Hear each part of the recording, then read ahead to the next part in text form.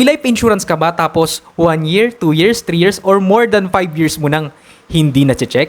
Alam nyo, karaniwan talaga sa mga client na kapag kumuha ng life insurance ay hindi na nila ito chinecheck. Bakit ba mahalaga na chinecheck natin o nire-review natin ang ating insurance policy? Una, baka naman kasi may mga details ka na hindi mo pa nababago. Maaring baka dati hindi ka kasal, ngayon kasal ka na, may gusto ka na baguhin na beneficiary, o may another details ka na kailangan malaman ng insurance company.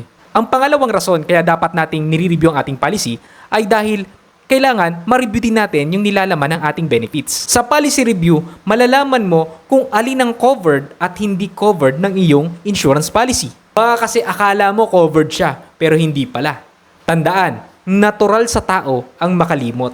Ang pangatlong dahilan kaya dapat mag-policy review ka ay para malaman mo kung yung benefits na kinuha mo ay sakto pa ba doon sa current lifestyle mo. The more na lumalaki kasi ang responsibility natin, the more na lumalaki ang assets natin, the more na mas malaki yung dapat nating protektahan. At isa pa, dahil din sa pagtaas ng bilihin, maaaring tumaas na din ang medical bills. Kaya baka naman yung critical illness benefit mo o kaya yung hospitalization benefit mo ay kailangan ng taasan. Kaya naman, kung kinukulit ka ng financial advisor mo na mag-policy review kayo, pagbigyan mo na. Concern lang yan sa'yo.